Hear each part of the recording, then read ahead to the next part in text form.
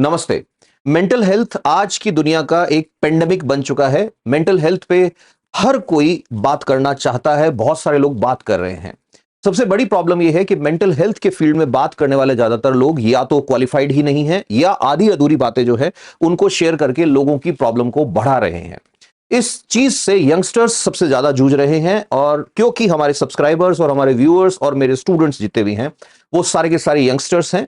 अब उन लोगों की मेंटल हेल्थ में जितनी भी प्रॉब्लम्स हैं, जितनी भी क्वेरीज हैं, उनमें से मैक्सिमम चीजों को एड्रेस करने के लिए आज हमारे साथ एक बहुत ही इंपॉर्टेंट और बहुत ही फेमस हस्ती हैं, डॉक्टर अनिंदिता भट्टाचार्य। डॉक्टर अनिंदिता भट्टाचार्य जो हैं, सबसे पहले मैं अगर बात करूं तो ये एक लाइसेंस्ड क्लिनिकल साइकोलॉजिस्ट हैं जो 15 साल से ज्यादा का एक्सपीरियंस रखती हैं। इन्होंने क्लिनिकल साइकोलॉजी पढ़ाया है कॉलेजेस में, यूनिवर्सिटी में, और इतना ही नहीं, इन्होंने रिसर्च अपनी जो की है वो क्लिनिकल साइकोलॉजी में सबसे ज्यादा इंटरेस्ट इनका रहा है प्रमोशन और प्रिवेंशन, मेंटल हेल्थ को कैसे प्रमोट किया जाए और मेंटल हेल्थ की जो प्रॉब्लम्स हैं उनसे कैसे डील किया जाए। पर्सनल ग्रोथ में ये हेल्प करती हैं अपने क्लाइंट्स को, अपने पेशेंट्स को।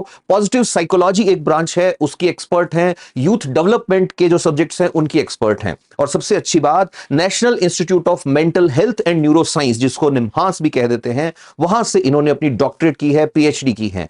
ये अभी इंडिया और यूएस के क्लाइंट्स जो हैं और भी बाकी जगह के क्लाइंट्स जो हैं उनको डील करते हैं, उनके मेंटल हेल्थ इश्यूज में उनकी हेल्प करती हैं। गुड इनफ नाम से इनका खुद का एक बहुत फेमस एक प्लेटफॉर्म है जहां पर ये और एक्सपर्ट्स को साथ में लेके एक टीम में काम करते हैं। और सबसे अच्छी बात अनिंदिता मैडम की ये है कि बहुत ही सिंपल लैंग्वेज में, बिना इधर उधर की बातें किए, नहीं तो आपने देखा होगा मेंटल हेल्थ के नाम पे लोग डराते ज्यादा हैं, बहुत ही अच्छे वे में उन्होंने बात की है। तो होपफुली आप इसको एंजॉय करेंगे, पूरा देखना, और छोटी छोटी चीजें इसमें से निकल के आएंगी जो आपकी लाइफ में बहुत हेल्प करेंगी।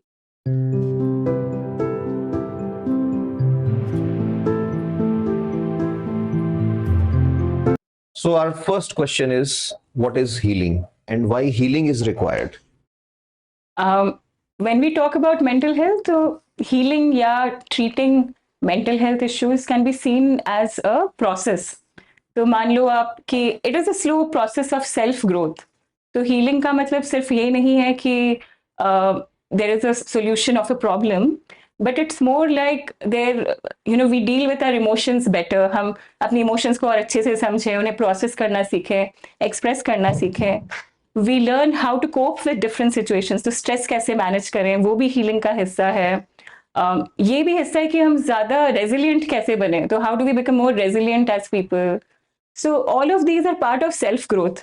तो healing को अगर हम journey की तरह ना देखें, we shouldn't look at it like the outcome of a journey. Basically, it is more like what the milestones we achieve while we are on a journey. तो सबसे अच्छा रहता है. ओके, जैसे एक लेमैन के लिए मैं पूछूं कि हीलिंग है क्या, तो क्या होता है हीलिंग में? हीलिंग अगर लेमैन टर्म्स में कह सकते हैं कि healing is a way of understanding ourselves. Healing is a way of understanding what are we dealing with. तो हमारे चैलेंजेस क्या हैं उसको समझना, उसको जानना, अपने इमोशंस को, बहुत सारे सिचुएशंस जो बहुत मुश्किल हैं उससे हम डील करते हैं. तो ये जानना कि हम कैसे उन डिफिकल्ट सिचुएशन को स्वीकारें, एक्सेप्टेंस लाना, ये सारी चीजें हीलिंग का पार्ट है. तो डॉक्टर अनिंदिता, मोटा मोटा मैं ये बोल सकता हूँ कि हर आदमी के इमोशंस को हैंडल करने के तरीके अलग होते हैं. उनको फाइंड आउट करने में हीलिंग हेल्प करता है.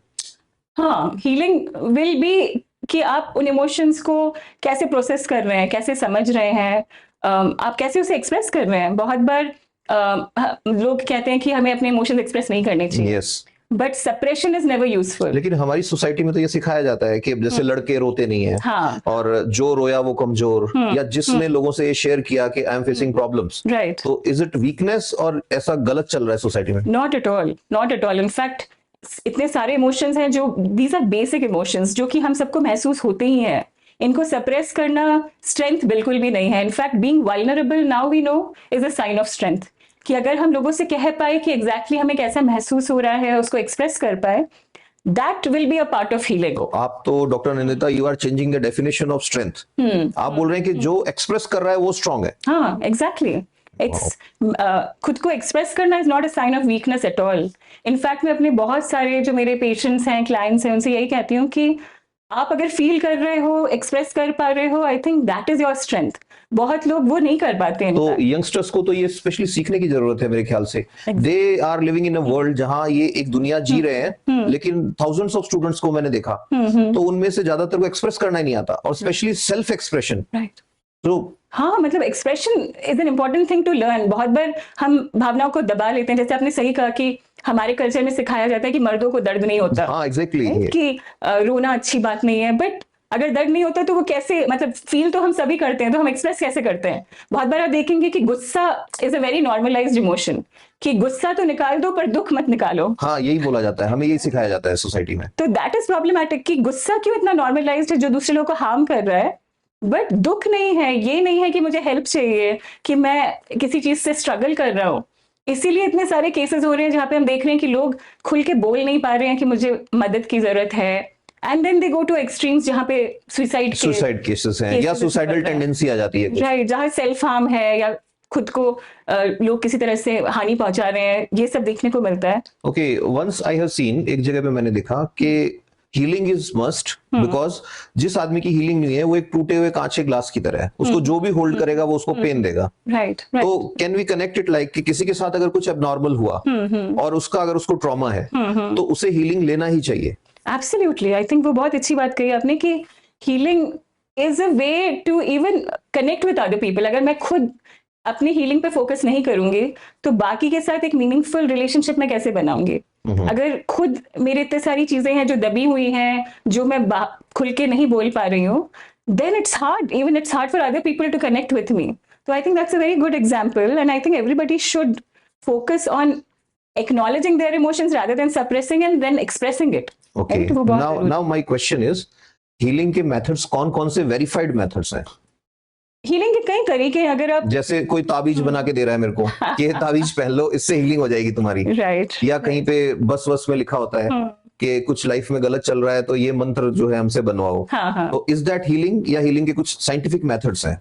हीलिंग के हम जैसे कहते हैं एविडेंस बेस्ड प्रैक्टिसेस, कि हीलिंग के अलग अलग साइंटिफिकली रिसर्च करके देखा गया है कि व्हाट इज यूजफुल, राइट? तो ऑफ कोर्स फेथ अपनी जगह पे है, रिलीजन अपनी जगह पे है, but what is important to understand is क्या वो इफेक्टिव है मुझे हील करने के लिए, या कभी कभी फेथ के साथ एक प्रॉपर एविडेंस बेस्ड तरीका भी जरूरी है। तो अगर हम साइकोथेरेपीज देखें, मेंटल हेल्थ में देखें, क्लियर रिसर्च है कि मेडिकेशंस हेल्प करते हैं हीलिंग में, क्लियर रिसर्च है कि साइकोलॉजिकल थेरेपीज हेल्प करती हैं, cognitive behaviour therapy is very useful, psychotherapies बहुत ही यूजफुल है जिसमें रिलैक्सेशन टेक्निक सिखाए जाते हैं या स्ट्रेस मैनेज करने के तरीके सिखाए जाते हैं, और इन सब के प्रॉपर रिसर्च स्टडीज हैं जहाँ एक्सपेरिमेंटल ग्रुप है, कंट्रोल ग्रुप है, देखा जाता है कि कौन सा ज्यादा इफेक्टिव है।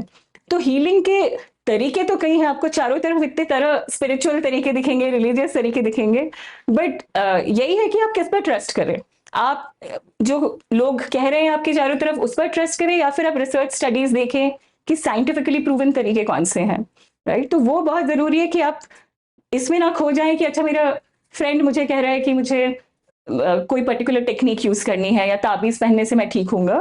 अगर आपको करना है वो करें, बट उसमें ये ना हो कि ट्रीटमेंट में देरी हो जाए। That can help you in you can say treatment, Yeah, but that is not treatment. That is not treatment. वो अगर आप ट्रीटमेंट के साथ करते हैं as a faith, that is great कि आपको फेथ भी है पर आप ट्रीटमेंट भी कर रहे हैं साइंटिफिक तरीके से। Okay, अभी आपने बोला कि स्ट्रेस मैनेजमेंट, अच्छा ये एक ऐसी चीज है जिसका यंगस्टर में 90% लोग स्ट्रगल कर रहे हैं आज, कि how to manage stress. Right, अब right. स्ट्रेस करियर का भी हो सकता है, स्ट्रेस जॉब का भी हो सकता है, स्ट्रेस रिलेशनशिप का भी हो सकता है, स्ट्रेस सोसाइटी का भी हो सकता है। तो क्या स्ट्रेस को हैंडल करने की कैपेसिटी सबकी अलग अलग होती है?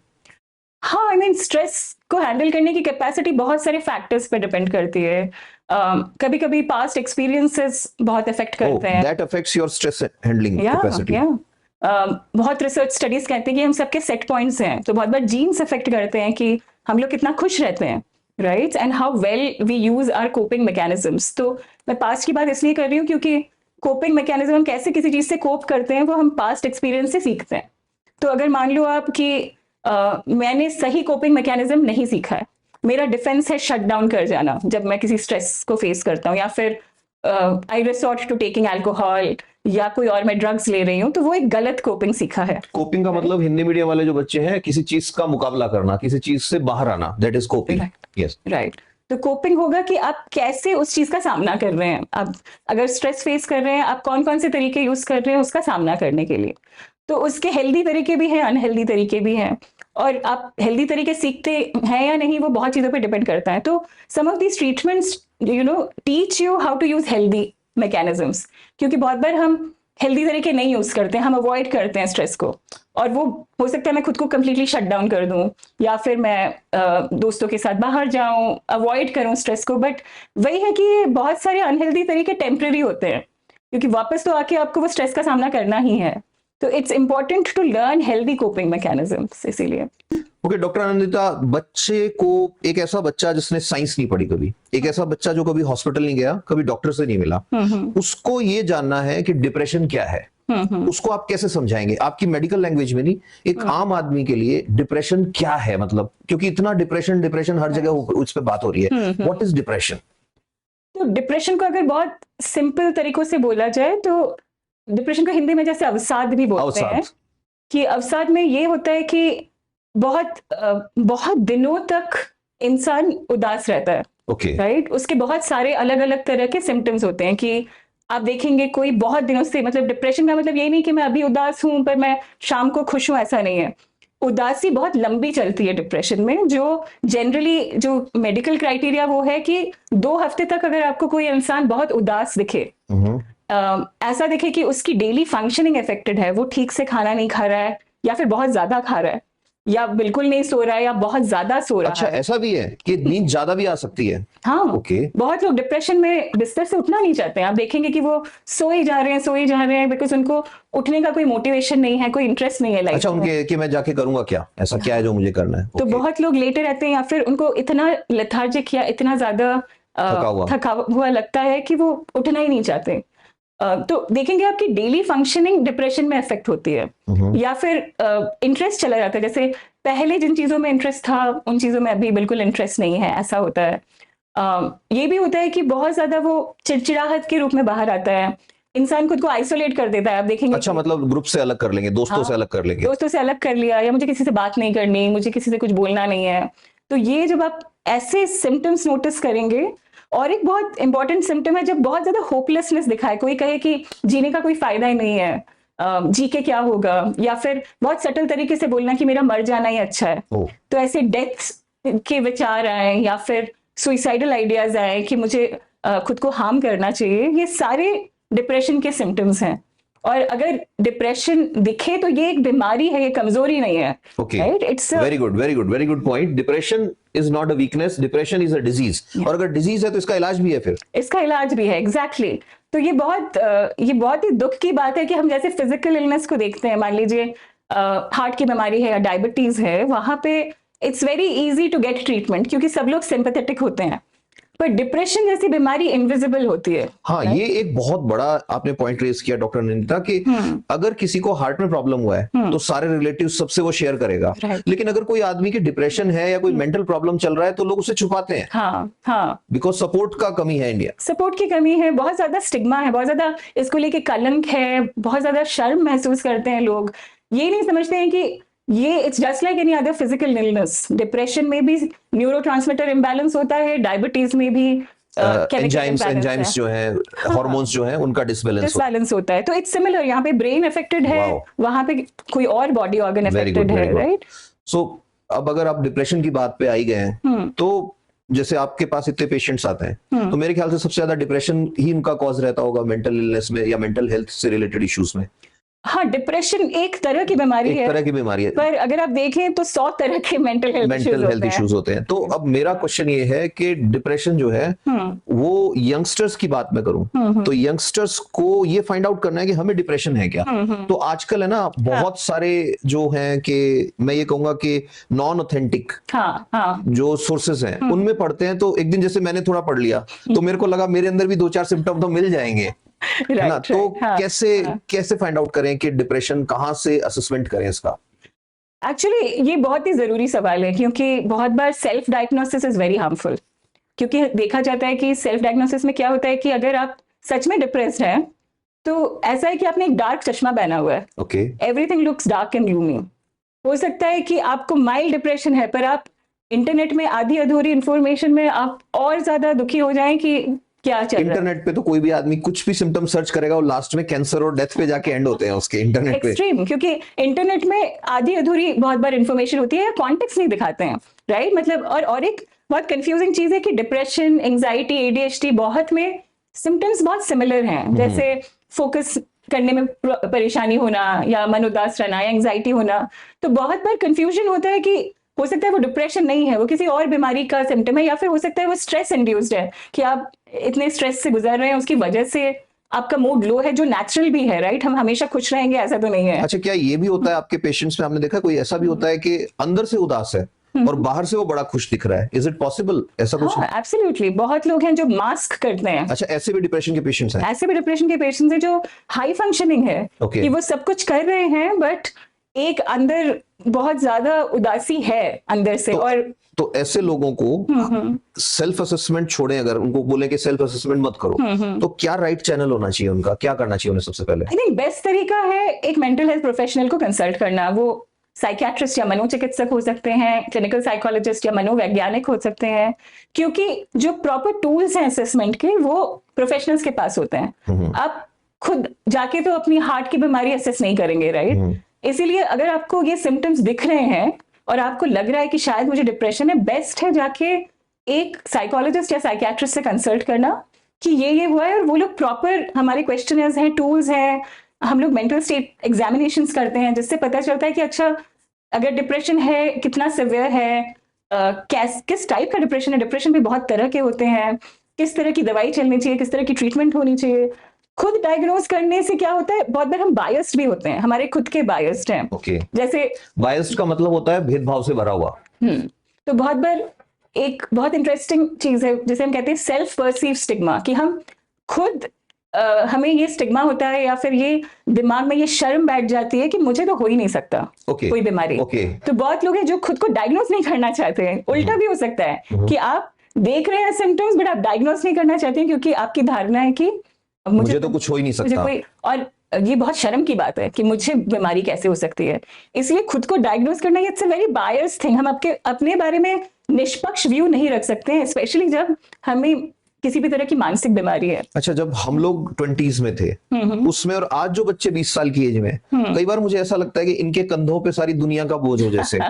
तो ये जो इतना डिफरेंस आया, इसमें एक और चेंज आया है कि एक जैसे एक बच्ची है, उसने एक बार मेरे से बात की थोड़ी, तो मैंने कहा आपने किसी और से बात क्यों नहीं की? Then her question was, not answer was, her question was कि सर किसी से मैं अगर अपनी बात शेयर भी करूं, किसी साइकोथेरेपिस्ट से या किसी साइकियाट्रिस्ट से, तो अपनी पर्सनल बातें उससे शेयर करूंगी तो क्या वो सेफ है शेयर करना? तो ये एक क्वेश्चन होता है पेशेंट्स का अक्सर कि should we share our personal things with the professionals और नॉट? देखिए, ये हमारे मेंटल हेल्थ प्रोफेशनल का बेसिक एथिक्स है दैट अगर कोई शेयर करता है it is absolutely confidential. Okay, हम किसी भी हालत में उस कॉन्फिडेंशियलिटी को ब्रेक नहीं कर सकते। आपकी लाइफ में कोई भी प्रॉब्लम हुई है, उसे आप हैप्पीली किसी भी मेंटल हेल्थ प्रोफेशनल के साथ, जो कि डिग्री होल्डर है, अच्छे से पढ़ा लिखा मेंटल हेल्थ प्रोफेशनल है, उससे आप शेयर कर सकते हैं। और जैसा कि डॉक्टर निंदिता हमें बता रही हैं कि आपकी बातें वो किसी के साथ कभी भी शेयर नहीं करेंगे। नहीं, आई मीन कॉन्फिडेंशियलिटी बहुत ही जरूरी हिस्सा है, वरना लोग ट्रस्ट क्यों करेंगे हमें? एग्जैक्टली। और बिकॉज ये कॉन्फिडेंशियल है, एक ऑब्जेक्टिव थर्ड पर्सन से शेयर करना कभी कभी आसान होता है, क्योंकि फ्रेंड्स या फैमिली मेंबर्स बहुत बार उनकी भावनाएं आ जाती हैं बीच में। तो बहुत बार हो सकता है आपको जजमेंट का सामना करना पड़े या फिर कोई बहुत ओवर कंसर्न हो जाए आपकी बात सुन के। बिल्कुल बिल्कुल। जो कि मेंटल हेल्थ प्रोफेशन में ट्रेनिंग मिलती है, जैसे क्लिनिकल साइकोलॉजिस्ट इंडिया में हम लोगों को आरसीआई रजिस्ट्रेशन जरूरी है प्रैक्टिस करने के लिए, या फिर एमफिल पीएचडी करना जरूरी है टू प्रैक्टिस, सो दैट हम उस ट्रेनिंग से गुजर चुके हैं जहां पे हम वो होल्ड कर सकते हैं या फिर उस इंसान को हेल्प कर सकते हैं खुद ना इफेक्ट होके। तो ये बहुत जरूरी है समझना कि मेंटल हेल्थ प्रोफेशनल्स उस तरह से गाइडेंस दे सकते हैं जो शायद फ्रेंड्स या फैमिली मेंबर्स ना दे पाए। ओके, एक क्वेश्चन मुझे याद आया, एक बच्चे ने पूछा था, क्या डिप्रेशन से बाहर आने के लिए दवाइयां खाना जरूरी है? आई थिंक इसके कई तरह के आंसर है, वो डिपेंड करता है कि डिप्रेशन कितना सिवियर है।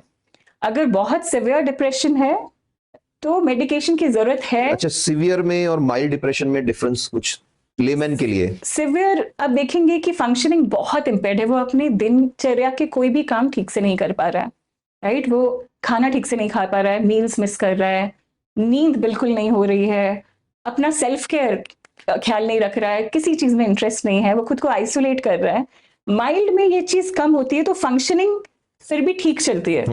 सिवियर में आप देखेंगे कि बहुत ज्यादा इम्पेयरमेंट है, कि बहुत क्लियरली मूवमेंट स्लो हो जाते हैं, बहुत बार देखेंगे कि आपका चलना बोलना सब स्लो डाउन हो गया है। अब जो सिवियर है उसमें मेडिकेशन की जरूरत है, वरना वो लोग थेरेपी या साइकोलॉजिस्ट के पास आके भी जो साइकोलॉजिस्ट सजेस्ट करेंगे वो काम वो नहीं कर पाएंगे, because the symptoms are too much. जैसे मान लीजिए मैं एक डिप्रेशन का पेशेंट हूँ और मैं आपके थ्रू या आपके चैनल में आ रहा हूँ कि मुझे ट्रीटमेंट, मुझे नहीं पता कि मुझे क्या है, बस मुझे ये पता है कि मेरा किसी चीज में इंटरेस्ट नहीं है, मेरा किसी काम में मन नहीं लगता, कभी मैं ज्यादा खाता हूँ, कभी मैं कम खाता हूँ, कभी मैं ज्यादा सोता हूँ, कभी मैं बिल्कुल नहीं सोता हूँ, और मुझे ये नहीं पता कि मुझे क्या करना है। और मैंने आपका एपिसोड देखा और मुझे लगा कि मुझे डिप्रेशन है और मैं आपके पास आ गया ट्रीटमेंट के लिए। तो आप किस वे में स्टेप वाइज ट्रीटमेंट करते हैं? आई मीन फर्स्ट स्टेप होता है to understand the problem, to understand कि उसके रूट कॉजेस क्या है, कहाँ से वो उदासी आ रही है। Second is to assess properly कि वो कौन से सिवियरिटी क्या है, राइट? वो माइल्ड है, मॉडरेट है, बहुत ज्यादा सिवियर है।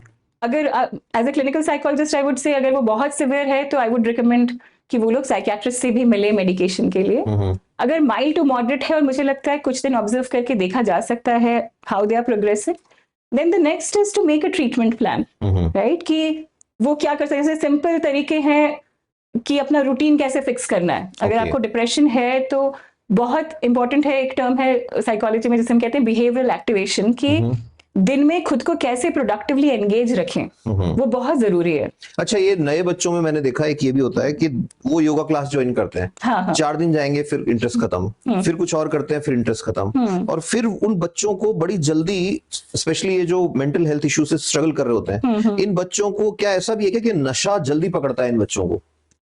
नहीं, ऐसा जरूरी नहीं है। आई मीन कंसिस्टेंसी, हम सभी स्ट्रगल करते हैं कंसिस्टेंसी से। आई मीन कंसिस्टेंटली कुछ करना इतना आसान नहीं है।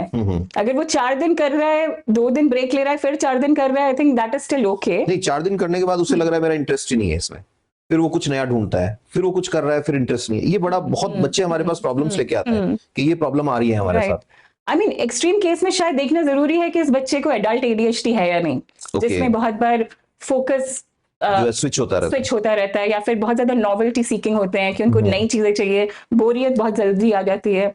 और जनरली देखा गया है कि टीनेजर्स में इंटरेस्टिंगली, बिकॉज अभी भी ब्रेन डेवलप हो रहा है, तो ये एक बहुत इंटरेस्टिंग न्यूरोसाइंस का फाइंडिंग है कि टिल द एज ऑफ 21 हमारा प्री फ्रंटल कॉर्टेक्स डेवलप हो रहा है। अच्छा। जो कि एक ब्रेक की तरह है, जो हमें बताता है कि फ्यूचर में कॉन्सिक्वेंस क्या होंगे अगर हम कुछ करें।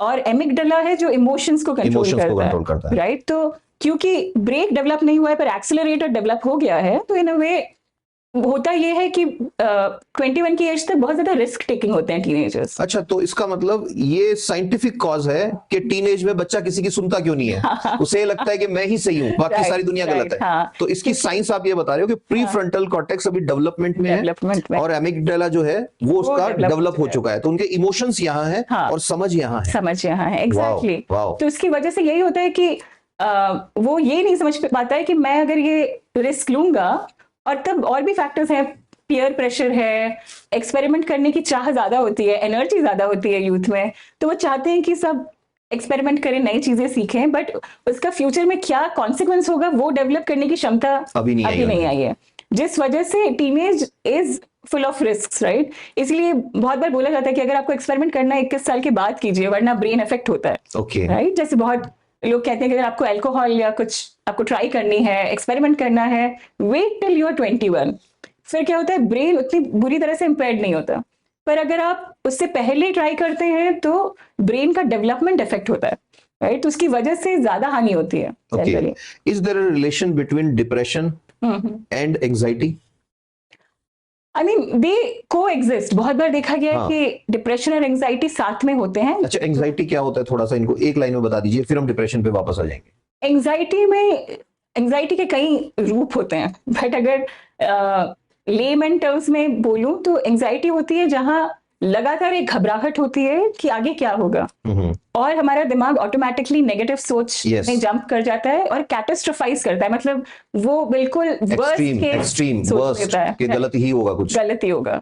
तो बहुत बार एंजाइटी में यही होता है कि हमें लगता है कुछ भी ठीक नहीं होगा, और हमेशा मन बेचैन रहता है कि आगे क्या होगा, मैं ये कर पाऊंगा या नहीं, और हमेशा बिल्कुल जो वर्स्ट केस सिनेरियो है उसके बारे में सोचते हैं हम, राइट। और एंजाइटी भी कई तरह के होते हैं, वो एक पूरा ग्रुप ऑफ मेंटल डिसऑर्डर्स में आपने आता है। 3-4 बार बोला मन उदास होना, मन उदास होना। व्हाट इज मन उदास होना?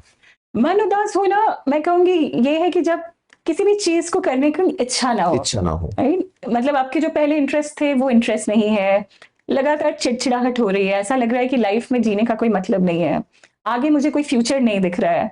मुझे लग रहा है कि बहुत लोग खुद को ब्लेम करते हैं कि आई एम नो गुड, मैं वर्थलेस हूँ, मैं शायद अपने परिवार के लिए कलंक हूँ, कोई मुझसे प्यार नहीं करेगा क्योंकि मैं कुछ नहीं कर पाऊंगा। इस तरह की भावनाएं आती हैं जब इस तरह की बातें हम अक्सर क्लासरूम में सुनते हैं बच्चों से। कई बार कुछ बच्चे शेयर करते हैं काउंसलिंग, करियर काउंसलिंग के लिए आते हैं वो, लेकिन वो शेयर इस तरह की चीजें करते हैं। तो जैसे आपने 7 चीजें बोली अभी एक फ्लो में, तो इन 6 या 7 में से कितनी अगर दिखे तो they should contact a psychotherapist और अ प्रोफेशनल। आई थिंक ये 6-7 जो भी सिम्टम्स हैं उसमें से अगर किसी को 3-4 से ज्यादा दिख रहे हैं for continuously 2 weeks, then it needs treatment for sure. अगर 2 हफ्ते से मन बहुत ज्यादा उदास है, किसी चीज में इंटरेस्ट नहीं है, एक मेजर क्राइटेरिया है हेल्प लेने का जब फंक्शनिंग देख रहा है कि मुझसे नहीं हो पा रहा है, मैं किसी भी चीज पे फोकस नहीं कर पा रहा हूँ, या मेरा मन इतना उदास है कि मुझे कुछ करने का ही मन नहीं कर रहा है, मैं खा नहीं पा रहा हूँ, नींद नहीं आ रही है। Sleep disturbance is a very very important symptom, right. तो ये अगर 2 हफ्ते तक चले, 1-2 दिन हम सभी जगते हैं, नींद नहीं आती है, दैट इज ओके, बट लगातार मान लो 2 वीक्स तक इफेक्टेड है स्लीप, एपेटाइट, सेल्फ केयर कि मैं अपना ख्याल नहीं रख पा रही हूँ, मुझे नहाने का मन नहीं कर रहा है, ब्रश करने का मन नहीं कर रहा है, तो फिर बहुत जरूरी है कि मेंटल हेल्थ प्रोफेशनल से मिले। ओके, कुछ यंगस्टर्स में ये होता है कि मेरी सुसाइड की इच्छा होती है, तो उस बच्चे को क्या करना चाहिए जिसको ये लग रहा है कि मुझे सुसाइड कर लेनी चाहिए? पहली बात तो देखिए, सुसाइड कोई सॉल्यूशन नहीं है। उस बच्चे को क्या करना चाहिए सबसे पहले? आई थिंक सबसे पहले मैं ये बताना चाहती हूँ कि अगर आपके दिमाग में ये ख्याल आ रहा है सुसाइड का, इसमें कोई शर्म की बात नहीं है। आई थिंक हम सभी जिंदगी के एक पड़ाव में पहुंचते हैं जहां शायद इतना ज्यादा होपलेस लगता है कि ये दिमाग में ख्याल आ ही सकता है। तो ये नहीं सोचना है कि मेरे दिमाग में एक ख्याल आ रहा है, ये इतना बुरा ख्याल है, मुझे किसी से शेयर नहीं करना है। सबसे फर्स्ट चीज है कि इसको लेके ओपननेस, हमें ओपनली बात करने की जरूरत है इन चीजों को लेके। इसको स्टिग्मेटाइज नहीं करना है, इसको शर्म या कलंक की तरह नहीं लेना है कि सुसाइडल ख्याल आए मतलब मैं किसी से शेयर नहीं कर सकता। दूसरा है, बहुत बार अगर आप शेयर करेंगे, क्योंकि इसमें अवसाद में ये होता है कि ऐसा लगता है कि एक डार्क ग्लास पहना हुआ है, राइट। एक काला चश्मा लगा लिया मैंने, तो सब काला काला दिखेगा, सब कुछ काला काला दिख रहा है। तो बहुत बार हमें सॉल्यूशंस नहीं दिखते हैं अपनी आंखों के सामने। हो सकता है कि अगर सुसाइड के ख्याल आ रहे हैं, पर मैं ये चीज अपने फ्रेंड से मैंने डिस्कस किया, या कोई भी जो क्लोज है मुझसे उससे डिस्कस किया, शायद उनको इतना डार्क नहीं दिख रहा है, शायद वो कोई सोल्यूशन दे पाए। अगर लग रहा है कि मैं अपने जान पहचान के लोगों से भी ये बात नहीं कर सकता, तो एक मेंटल हेल्थ प्रोफेशनल से बात करना जरूरी है, क्योंकि सुसाइड तो एक आखिरी सोल्यूशन है, उसके बाद कुछ है नहीं, और वो भी सोल्यूशन नहीं है, वो सोल्यूशन ही नहीं है। एग्जैक्टली क्योंकि उससे किसी भी मामले का हल नहीं होगा, और पीछे जो लोग रह जाते हैं, जो वो फेस करते हैं, वो अलग। तो इसीलिए बहुत जरूरी है कि अगर आप सोच रहे हैं, एटलीस्ट सारे तरीके आपने रूल आउट कर दिए हैं, वो जरूरी है कि आप एक मेंटल हेल्थ प्रोफेशनल से अगर मिले और बात करें, तो शायद पता चलेगा कि और क्या क्या तरीके हो सकते हैं उस प्रॉब्लम को सॉल्व करने के। अच्छा, कई बच्चे हैं जो अकेले रहने से डरते हैं, लेकिन अकेले पड़े रहते हैं, मतलब दे कीप ऑन स्क्रॉलिंग, कुछ भी कर रहे हैं वो उनको जब जाके पूछें कि भाई आप ये क्यों कर रहे हो, तो देन दे विल से कि मेरा किसी काम में इंटरेस्ट नहीं है। और इस तरह के बच्चों में कई बार ये देखा गया है कि बाद में उनमें सुसाइडल टेंडेंसी डेवलप होती है। तो क्या किसी के मन में सुसाइड के थॉट आ रहे हैं और वो आदमी अकेला होना चाहिए उसे? नहीं, आई थिंक अगर सुसाइड के थॉट्स आ रहे हैं तो बिल्कुल ही अकेले नहीं होना चाहिए, खुद को आइसोलेट करना ही नहीं चाहिए। ये सॉल्यूशन नहीं है, ये सॉल्यूशन ही नहीं है, क्योंकि आप जितना आइसोलेट करेंगे उतने ज्यादा नेगेटिव ख्याल आएंगे दिमाग में, और मन उदास होगा। अगर ऐसे ख्याल आ रहे हैं, आई थिंक फर्स्ट स्टेप होना चाहिए कि आप देखें कि आपके आसपास कौन है ऐसा जो आपको थोड़ा भी समझता है, और एटलीस्ट उससे जाके इसकी चर्चा करें। बेस्ट केस है ऑफ कोर्स कि एक मेंटल हेल्थ प्रोफेशनल से मिले या इसके बारे में आप चाहे एक सेशन के लिए ही जाएं, ऐसा नहीं है कि आपको बार बार जाना है, पर अगर बात कर पाए किसी से खुल के तो ये पता चलेगा कि जो आप सोच रहे हैं वो सही है या सही नहीं है, और क्या तरीके हैं उसको सॉल्व करने के उस प्रॉब्लम को। बट ये बहुत जरूरी है दिमाग में रखना कि खुद को आइसोलेट नहीं करना है और कनेक्शंस बनाने हैं लोगों से। ये भी देखा जाता है बहुत बार, मान लीजिए आपके फ्रेंड के ये ख्याल हैं, आपसे उसने शेयर किया, हम लोग बहुत बार डरते हैं कि अगर हम फ्रेंड से और इसके बारे में पूछेंगे तो कहीं हमने उसके दिमाग में आइडिया तो नहीं डाल दिया। ये एक मिथ है, ये सच नहीं है। अगर आप किसी से खुल के डिस्कस करते हैं, बहुत बार आप देखेंगे ज्यादातर सुसाइड केसेस में ये पाया जाता है कि वो लोग लास्ट टाइम में किसी ना किसी को कांटेक्ट करने की कोशिश करते हैं, हमेशा या तो मैसेज छोड़ते हैं या बात करने की कोशिश करते हैं। एवरीवन ट्राइज कि एक लास्ट एफर्ट ताकि वो कनेक्शन बना पाए या बोल सके कि मैं इतना डेस्परेट हो गया हूँ। Okay, right. तो इसीलिए जरूरी है कि इसके बारे में ओपनली डिस्कस करना। ऐसे ख्याल बहुत अननेचुरल नहीं है, और sometimes it's a part of life कि हमें होपलेस लगता ही है, दुनिया में जो चल रहा है, आसपास जो चल रहा है, hopelessness is a part of life. But अगर हम 4 लोग बैठ के इसको डिस्कस करेंगे तो शायद it will be easy to handle the failure, whether it is in career और इन रिलेशनशिप, जो भी है फेलियर जो है उसको हैंडल करना आ जाएगा, आसान होगा। अच्छा, एक सवाल अगर मैं पूछूं, एक बच्चा डिप्रेशन में गया तो क्या है जो उसे पुश कर देता है कि वो बच्चा अपने हाथ की नस काट रहा है या खुद को हार्म कर रहा है किसी और तरीके से, तो या नशे में जा रहा है, तो क्या गलती हुई होगी उस बच्चे से कि वो उस जगह तक पुश हो गया? 20 साल 21 साल का बच्चा। आई थिंक बहुत बार मैं इसको गलती नहीं बोलूंगी, बहुत बार यही होता है कि आप उस पड़ाव में पहुंच जाते हैं जहां और कोई सोल्यूशन नहीं दिखता है। लगता है कि that is the only way out. हाथ काटना भी बहुत बार, बहुत लोग सुसाइड अटेम्प्ट नहीं करते हैं बट दे हार्म देमसेल्व्स, क्योंकि वो इमोशनल पेन इतना ज्यादा है कि दे फील फिजिकल पेन करके शायद वो इमोशनल पेन कम हो जाए। राइट। तो खुद को हार्म करना या नशा करना बहुत बार they are ways of coping again, कि सोल्यूशन निकालने की कोशिश करना कि मैं इससे कैसे डील करूं, बट वो हेल्दी कोपिंग तरीके नहीं है, हेल्दी तरीका नहीं है। तो ये जरूरी है देखना कि मैं हेल्दी ढंग से कैसे करूं, क्योंकि वो टेम्परेरी सोल्यूशन है। आपने काटा, टेम्परेरीली आपको शायद इमोशनल पेन महसूस नहीं होगा, पर उसके बाद क्या, प्रॉब्लम तो वही रह गई, राइट? और वो वापस आई, and that is not a solution, obviously that is not a solution. Temporarily आपको अच्छा लग रहा है, यस, बट लॉन्ग रन में वो हेल्प नहीं करता है। तो इसीलिए जरूरी है देखना कि अच्छा मैं और क्या कर सकता हूँ, राइट? मुझे ये तरीका अपनाना चाहिए। मेरा फ्रेंड बोल रहा है अच्छा तुम ड्रिंक कर लो, तुम्हारा इमोशनल पेन कम होगा, but that is not useful, क्योंकि वो टेम्पररी टाइम तक रहता है, राइट? उसके बाद आपका फ्रेंड भी चला जाएगा, उस अल्कोहल का इफेक्ट भी चला जाएगा, उसके बाद आप क्या करोगे? तो अच्छा, कभी ऐसा हुआ है कि कोई बच्चा मेंटल हेल्थ इश्यूज फेस कर रहा है इसलिए क्योंकि उसके बचपन में कुछ गड़बड़ रही है, ऐसा होता है? हाँ, काफी केसेस होते हैं।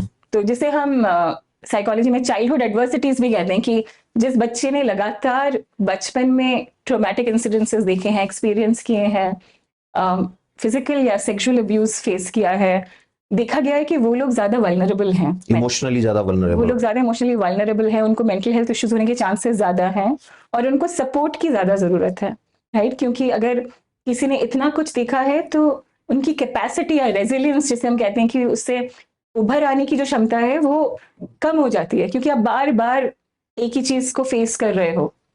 तो उन लोगों को सपोर्ट की और भी ज्यादा जरूरत है। अगर ऐसे हमें मालूम है कि किसी का बचपन बहुत ज्यादा स्ट्रगल या ट्रॉमा, राइट, तो जरूरी है कि उनको और ज्यादा सपोर्ट प्रोवाइड करने की कोशिश करें। अच्छा डॉक्टर अनिता, मेरे पास जो बच्चियां पढ़ने आती हैं उनमें से बहुतों ने एक चीज शेयर की कई बार, I don't know why they share with us, but teacher जो होता है वो उनका एक फ्रेंड की तरह होता है, तो कई बार वो शेयर कर लेते हैं। तो बच्चियां कई बार ये क्वेश्चन पूछती हैं या शेयर कर लेती हैं बातों बातों में कि बचपन में कभी जब वो बहुत छोटी थी तो उनके साथ किसी ने कुछ गलत किया, सेक्सुअल अब्यूज जिसे हम कह सकते हैं, उससे कैसे बाहर आए वो बच्चियां, व्हाट दे शुड डू?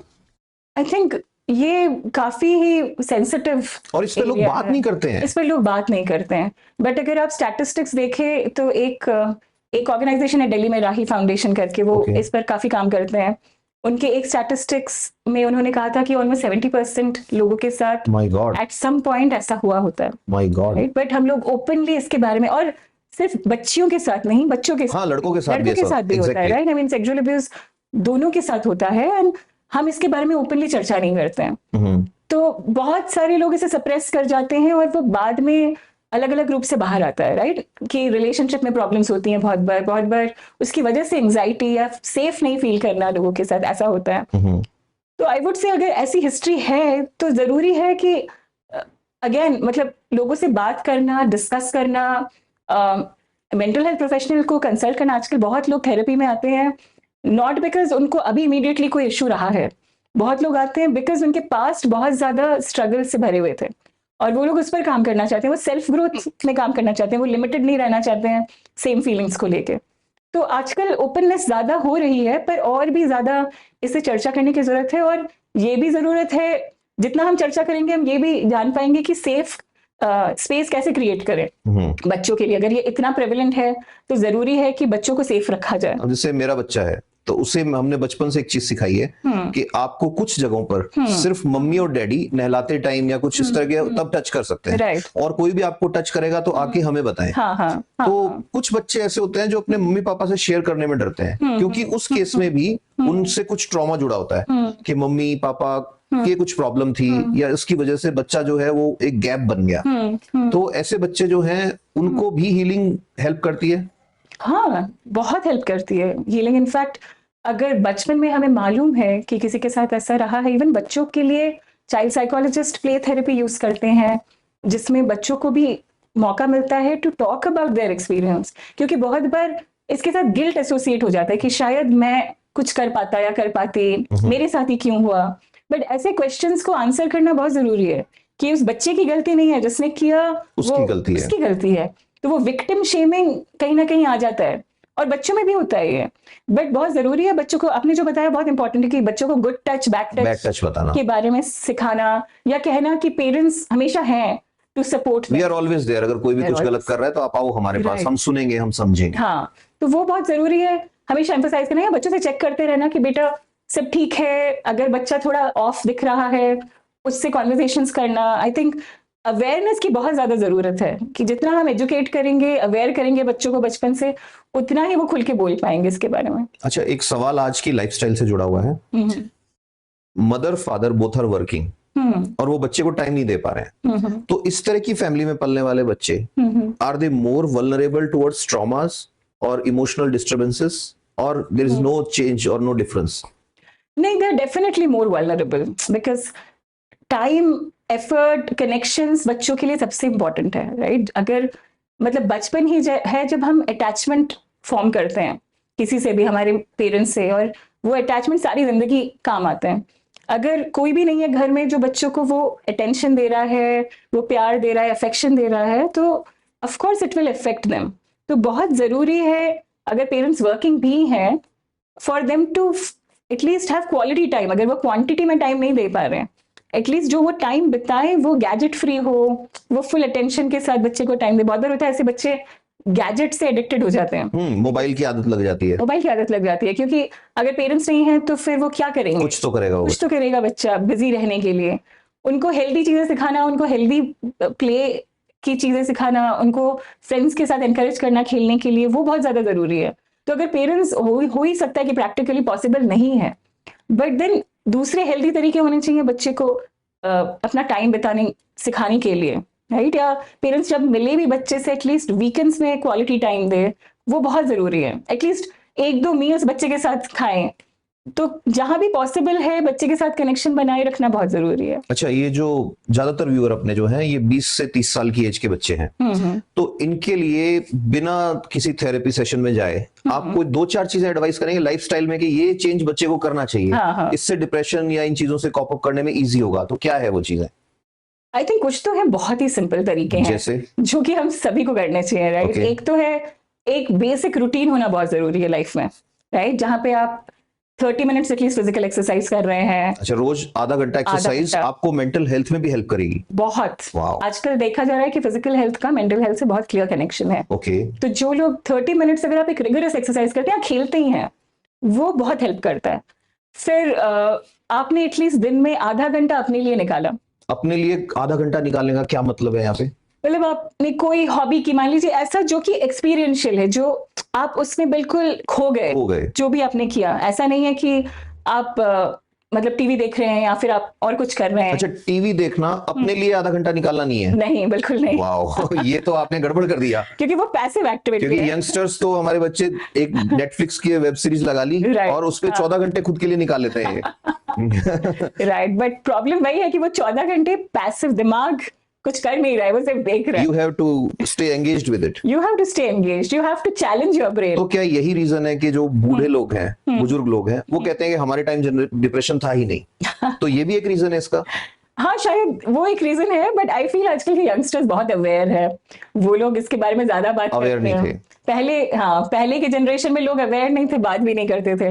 तो आई थिंक आजकल की जनरेशन काफी स्मार्ट भी है। अच्छा, आपने पहला बताया एक्सरसाइज, वो मुझे बड़ा इंटरेस्टिंग लग रहा है वो। दूसरा बताया खुद के लिए आधा घंटा निकालो। आधा घंटा निकालना। फिर तीसरा? अपना स्लीप पैटर्न ठीक करना, कि आप एटलीस्ट 8 घंटा सो रहे हैं दिन में, और सोने का टाइम या उठने का टाइम आपका सेम। ये आपने गड़बड़ कर दी। मेरे को लग नहीं रहा कि इनमें से एक भी ऐसा होगा जिसका सोने का और उठने का टाइम फिक्स हो।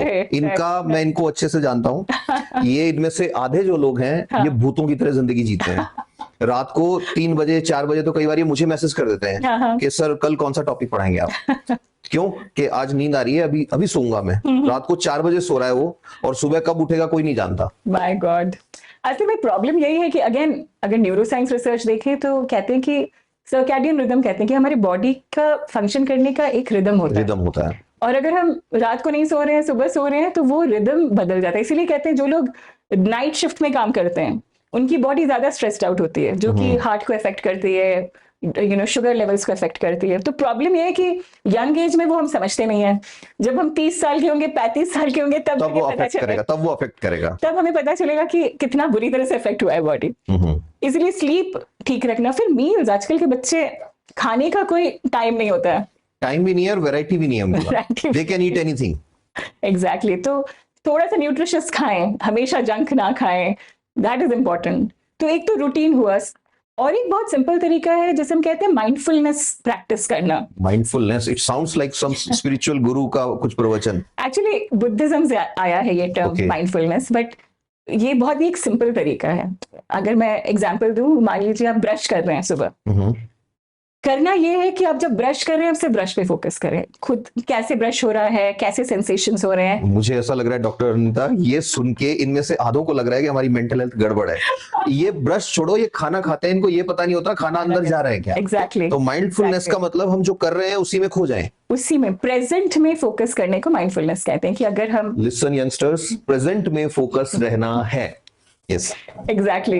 कि अगर आप खाना भी खा रहे हैं, अगर एक किसमिस ही खा रहे हैं, बहुत सिंपल तरीका है कि उस किसमिस को सेवर करना, उसको अच्छे से टेस्ट करना, एंजॉय करना, पता लगे कि क्या खा रहे हैं हम, कहाँ टच हो रहा है। एग्जैक्टली। तो वो माइंडफुलनेस, ठीक है हम हमेशा नहीं कर सकते, बट वो 5 मिनट 10 मिनट लाइफ में बीच बीच में अगर हम ब्रेक लेके प्रैक्टिस कर पाए, दैट इज वेरी यूजफुल। तो ये तो आपने एक अलग तरह का मेडिटेशन का तरीका बता दिया। हाँ, इनफैक्ट माइंडफुलनेस का एक बहुत ईजी तरीका है जस्ट ब्रीदिंग पे फोकस करना। कि आप बहुत स्ट्रेस्ड आउट फील कर रहे हैं, आपने 5 मिनट ब्रेक लिया and you are just focusing on your breath.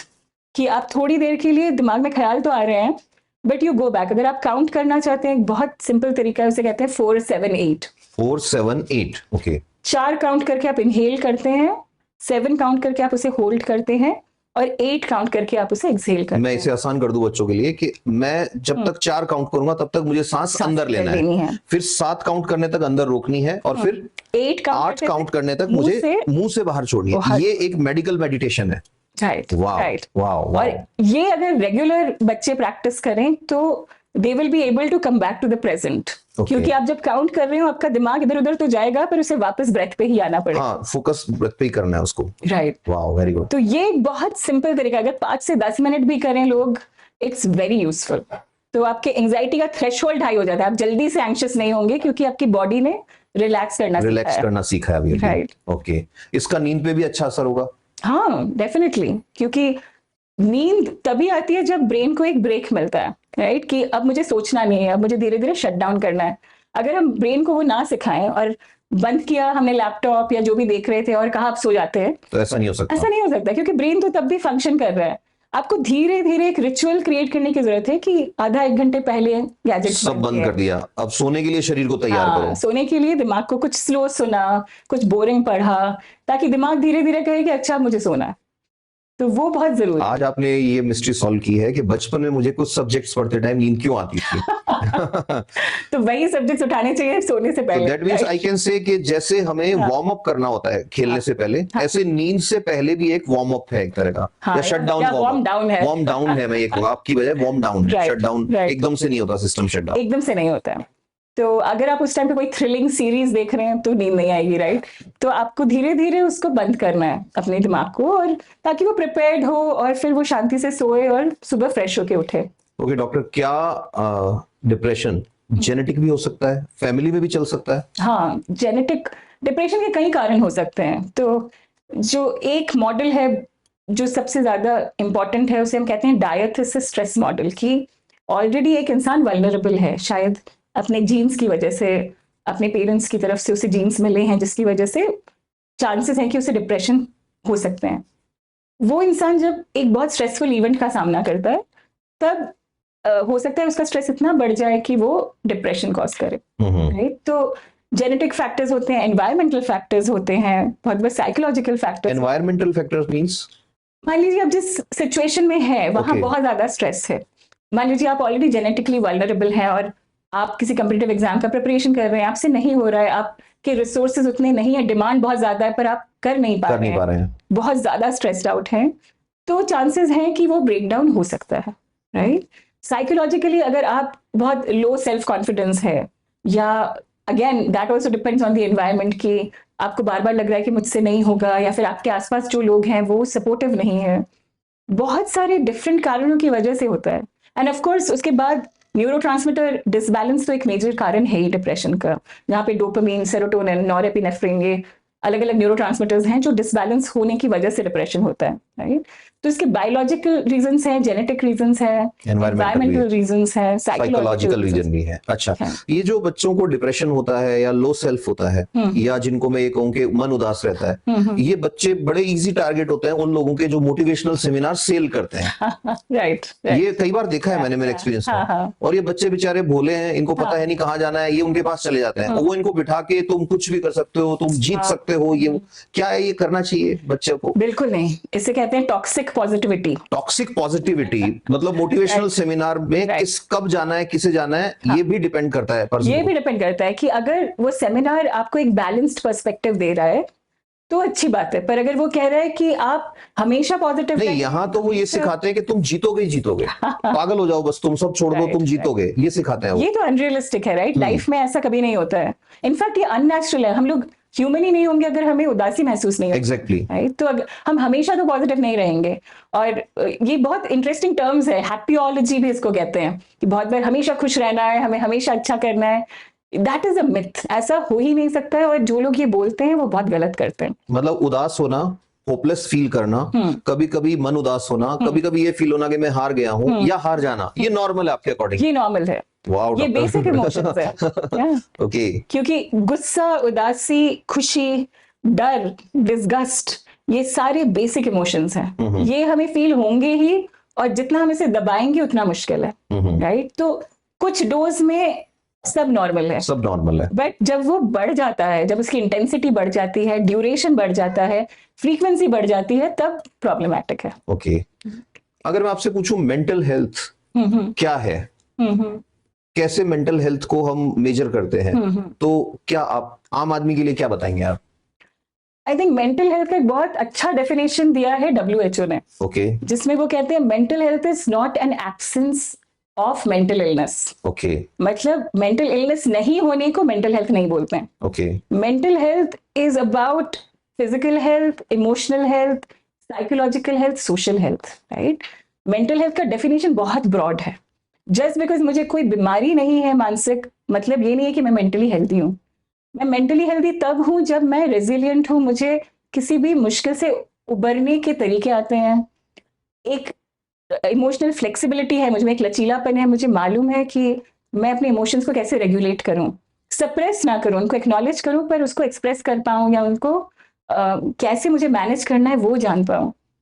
ये सारे मेंटल हेल्थ के तरीके हैं। या फिर पॉजिटिव इमोशंस को ज्यादा एक्सपीरियंस करना, सिंपल तरीके, मान लीजिए नेचर में वॉक किया, या फिर फ्रेंड्स के साथ बात किया, या कभी कुछ भी नहीं किया, बैठ के सिर्फ सोचने कि अच्छा मेरी लाइफ में मैं किस किस चीज को लेकर खुश हूँ, जस्ट ग्रैटिट्यूड फील करना, ये भी मेंटल हेल्थ के बहुत इंपॉर्टेंट पार्ट्स हैं, जिसे हम नेग्लेक्ट कर देते हैं। हमें लगता है वो मुझे एंजाइटी नहीं है, डिप्रेशन नहीं है, मतलब मैं मेंटली एकदम हेल्दी हूँ। पर WHO देखें, आप कहीं भी देखें, पॉजिटिव साइकोलॉजी का जो डेफिनेशन है वो है कि mental health is about a holistic health. वो सिर्फ मुझे बीमारी नहीं है ऐसा नहीं है, मुझे सीखना चाहिए कि मैं जिंदगी में खुश कैसे रहूं, सेटिस्फाइड कैसे रहूं। अगर आप एरिस्टोटल का डेफिनेशन देखें, वो भी कहते हैं कि leading a meaningful life is also a part of mental health. Exactly, right, कि मैं जिंदगी में कुछ अच्छा कर रहा हूँ, मैं कंट्रीब्यूट कर पा रही हूँ मीनिंगफुली सोसाइटी के लिए, वो भी एक मेंटल हेल्थ का पार्ट है। तो उसके बारे में हम चर्चा नहीं करते हैं, बट मेंटल हेल्थ हर एक के लिए इंपॉर्टेंट है। ये सिर्फ मतलब जिनको बीमारी है, बहुत बार हम कहते हैं ये सिर्फ दूसरे को होगा, mental illness, but mental health is about everyone. वो बहुत जरूरी है कि हम सब इसके बारे में सोचें कि हम अपना मेंटल हेल्थ कैसे इंप्रूव कर सकते हैं। Okay, my one more question is कि हम मेंटल हेल्थ पे बात कर रहे हैं इतनी सारी, तो मेंटल हेल्थ फैसिलिटीज जो हैं, क्या इंडिया में हमारे पास अप्रोप्रिएट है हर जगह पे? और अगर नहीं है तो आज के टाइम में डिजिटल इंफ्रास्ट्रक्चर है, तो क्या अल्टरनेटिव्स है? जैसे एक बच्चा या एक बच्ची है, उसके पास वो ऐसी जगह बैठा है, मेरा ये एपिसोड देख रहा है, आपको सुन रहा है, और उसको लगा कि मुझे काउंसलिंग की जरूरत है, तो क्या उसके लिए जरूरी है कि आपके पास बेंगलुरु आए वो, या किसी के पास वो बॉम्बे जा रहा है, या किसी के पास जयपुर आ रहा है, या डिजिटली भी ये चीजें अवेलेबल है आजकल? आजकल डिजिटली काफी इंप्रूवमेंट हो गए हैं। इनफैक्ट कुछ फ्री सर्विसेज भी है। गवर्नमेंट ऑफ इंडिया का नया इनिशिएटिव है टेलीमानस, उसके थ्रू काफी काउंसलर्स ऑनलाइन अवेलेबल हैं, कोई भी फोन कर सकता है। उसके नंबर्स इनफैक्ट अगर आप अपने चैनल में दें तो बच्चे देख बिल्कुल बिल्कुल, लिंक में हम शेयर कर देंगे उसको। राइट, तो मेंटल हेल्थ प्रोफेशनल्स काफी बढ़ गए हैं इंडिया में। अभी भी ऑफ कोर्स जितना रेशियो होना चाहिए उतना नहीं है। 1 लाख लोगों में एटलीस्ट 3 मेंटल हेल्थ प्रोफेशनल होने की जरूरत है, अभी सिर्फ 0.75 है। राइट, तो गैप बहुत ह्यूज है। पर ऑनलाइन होने की वजह से कहीं से भी कोई भी mental health professional, counsellor, psychologist से मिल सकता है। मतलब ये वर्चुअली भी मिल सकते हैं? वर्चुअली भी मिल सकते हैं। इनफैक्ट अभी नया स्टडी आया है जिसने दिखाया है कि वर्चुअल सेशंस और फेस टू फेस सेशंस की इफेक्टिवनेस में ज्यादा डिफरेंस नहीं है। Okay, they are almost the same. मतलब it's about rapport, it's about connection कैसे बिल्ड होता है थेरेपी में, but online sessions are equally effective. तो जो लोग, मान लीजिए अगर आपके सिटी में नहीं है प्रोफेशनल्स, आप ऑनलाइन लेना चाहते हैं, you should definitely try. In fact online privacy के लिए भी अच्छा है, इट सेव्स ट्रैवल टाइम, बहुत ढंग से कन्वीनियंट है ऑनलाइन। तो ऑनलाइन काफी रिसोर्सेज आ गए हैं। आई थिंक मैं आपको कुछ दे दूंगी, आप वो प्लीज अपने चैनल में दिखाइए। डिस्क्रिप्शन में हम शेयर कर देंगे इनसे, बिल्कुल सब शेयर कर देंगे डिस्क्रिप्शन में। Okay, so I think we can conclude here with one message, and that message is, I think, कि mental health is as important as the physical health is. Yes, and absolutely. चारों तरफ नजर रखें, किसी को भी help की जरूरत कभी भी पड़ सकती है, और खुद को जरूरत पड़े तो हेल्प मांगने में शर्माना नहीं है। और आज के सेशन की सबसे अच्छी टेक अवे जो मैं कहूंगा ये है कि मेंटल हेल्थ में प्रॉब्लम होना शर्म की बात नहीं है, उदास रहना शर्म की बात नहीं है, डिप्रेशन आना भी शर्म की बात नहीं है। हमें कांटेक्ट करना चाहिए प्रोफेशनल से, हमें कांटेक्ट करना चाहिए हमारे साथियों से, और हमें कोशिश करनी चाहिए कि ऐसा कुछ हो रहा है तो हम अकेले ना रहें। Is that correct? एब्सोल्युटली, मतलब help seeking is a sign of courage. आप हेल्प ले रहे हैं, ध्यान से सुनिए डॉक्टर निंदिता की बात, कि अगर आप मदद मांग रहे हैं तो ये साहस का प्रतीक है। It is a symbol of courage. Wow, क्योंकि आसान नहीं है हेल्प मांगना। हेल्प मांगना भी आसान नहीं, इसके लिए भी ताकत चाहिए। exactly. लोग बोल ही नहीं पाते हैं कि मुझे ये प्रॉब्लम है। Very good, very good, very good. Thank you, thanks a lot for this session. Hopefully youngsters के लिए बहुत यूजफुल रहेगा। Stay happy, stay blessed, love you all, thank you.